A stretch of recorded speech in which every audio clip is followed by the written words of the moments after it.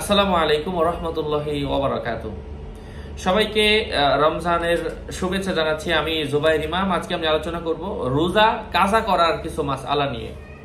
কোন কোন ক্ষেত্রে রোজা কাজা করতে হবে, কোন কোন ক্ষেত্রে করতে হবে না, আলোচনা বুঝতে সাথেই থাকবেন। যারা এখনো সাবস্ক্রাইব করেনি চ্যানেলটি সাবস্ক্রাইব করতে ভুলবেন না। রমজানের রোজা কাজা হয়ে গেলে রমজানের পর যথাশীঘ্রই কাজা করে নিতে হবে।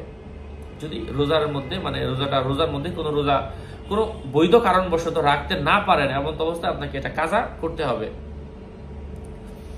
বিনা কারণে রোজা কাজা দেরি করা এটা মাকরুহ। কাজা রোজার জন্য সুবহে সাদেকের পূর্বেই নিয়ত করতে হবে, আগে থেকেই নিয়ত করতে হবে, অন্যথায় কাজা রোজা সহি হবে না। মানে ওই আগের দিন থেকে অথবা সাহরি খাওয়ার সময় থেকেই রোজা করতে হবে। সুবহে সাদেকের পর নিয়ত করলে সেই রোজাটা অন্য রোজা হয়ে যাবে, মানে নফল রোজা হয়ে যাবে।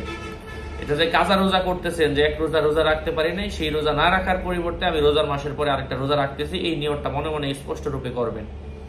ঘটনাক্রমে একাধিক রমজানের রোজা কাজা হয়ে একত্র হয়ে গেলে নির্দিষ্ট করে নিয়ত করতে হবে যে আজ অমুক বছরে রমজানের রোজা আদায় করতেছি, এভাবে নিয়ত করতে হবে। যে কয়টি রোজা কাজা হয়েছে তা একাধারে রাখা মুস্তাহাব, বিভিন্ন সময়েও রাখা দুরূস্ত আছে, মানে জায়েজ আছে। কাজা শেষ করার পূর্বেই নতুন রমজান এসে গেলে তখন ওই রমজানের রোজা রাখতে হবে, কাজা রোজাগুলা তারপরে আদায় করতে হবে।